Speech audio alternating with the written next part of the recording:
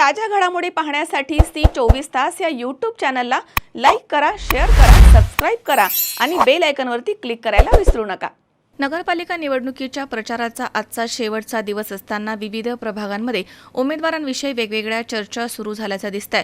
ही परिस्थिती लोकशाहीला घातक आहे, लोकशाहीचा बाजार मांडला जातोय अशी टीका आमदार विक्रम पाचपुते यांनी पत्रकार परिषदेमध्ये केली आहे। यावेळी त्यांनी म्हटलं की आम्ही जाहीरनाम्यातच जनतेची माफी मागितली होती।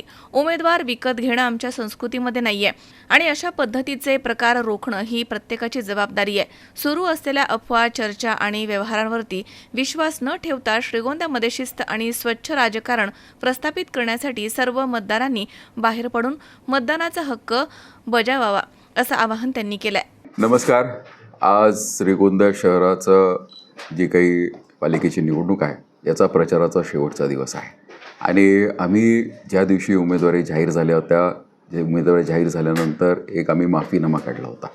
म्हणजे प्रत्येक निवडणुकीमध्ये एक जाहीरनामा काढला जातो आणि जनतेला आव्हान केलं जातं, पण यावेळेस आम्ही जनतेची माफी मागितली होती आणि माफी मागत असताना हा आमचा जो माफीनामा होता आम्ही प्रत्येक व्यक्तीला घरोघरी आम्ही पोच केला होता आणि याच्यामध्ये आमचा पहिला मुद्दा होता आणि तो मुद्दा असा होता, आम्हाला माफ करा, आम्ही उमेदवार विकत घेऊ शकत नाही।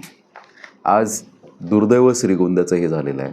निवडणूक पालिकेची आहे आणि आत्ता चौकात ही चर्चा आहे की अमुक उमेदवार काही पॅकेज दिलं की ह्याला पाठिंबा द्यायला तयार आहे, त्याला पाठिंबा द्यायला तयार आहे। नेमकं चाललं आहे काय? म्हणजे खरं तर मतदारांनी हा विषय खूप गांभीर्याने घेतला पाहिजे।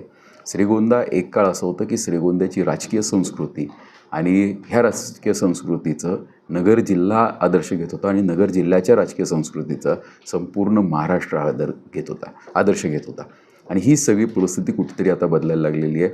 नक्कीच उद्याचा दिवस हा श्रीगोंदा शहराच्या दृष्टिकोनातून महत्त्वाचा आहे। आज ही तात्काळ जी प्रेस घेतली, कुठेतरी म्हणजे एक राजकीय क्षेत्रात काम करणारा व्यक्ती आणि ह्या परिसराचा लोकप्रतिनिधी म्हणून मला दुर्दैव असं वाटतं की श्रीगोंद्याचं राजकारण खूप खालच्या पातळीला चाललेलं आहे। हे कुठेतरी थांबलं पाहिजे।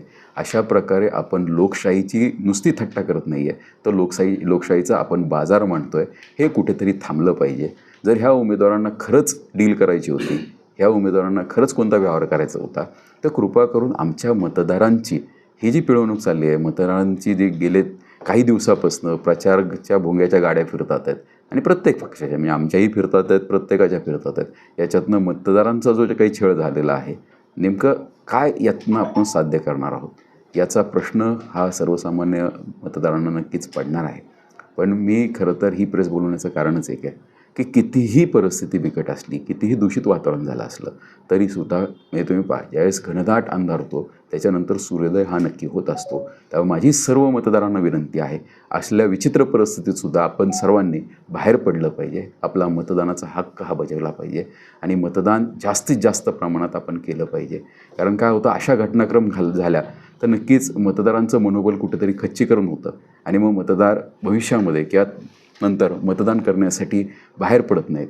त्यामुळे माझी अशा सर्व मतदारांना विनंती आहे, असल्या घटनांनी आपण कुठेही प्रवृत्त न होता आपण उद्या मतदान जास्तीत जास्त घडावं आणि मतदान करत असताना कोणाला मतदान करायचं आहे याच्यापेक्षा कशासाठी मतदान करायचं आहे, श्रीगोंद्याच्या विकासासाठी करायचं आहे हा प्रश्न आपण विचारला पाहिजे। विकास कोण करू शकतो? मी आज तुमच्या माध्यमातून कोणताही प्रचार करत नाही, तुमच्या माध्यमातून सर्व मतदारांना एक आव्हान करतो आहे की आपण बाहेर पडा, मतदान करत असताना योग्य निर्णय घ्या। श्रीगोंद्याला आता कुठेतरी शिस्त लागणं गरजेचं आहे। श्रीगोंद्याला आता कुठेतरी एक सुशासन आणि अनुशासनाची गरज आहे आणि ते देण्याचा आम्ही नक्कीच प्रयत्न करतो आहे। आपल्याला जो योग्य वाटेल त्याला मतदान करा, पण मतदान करायला बाहेर पडा। धन्यवाद। सुहास कुलकर्णी, सी24 तास, श्रीगोंदा।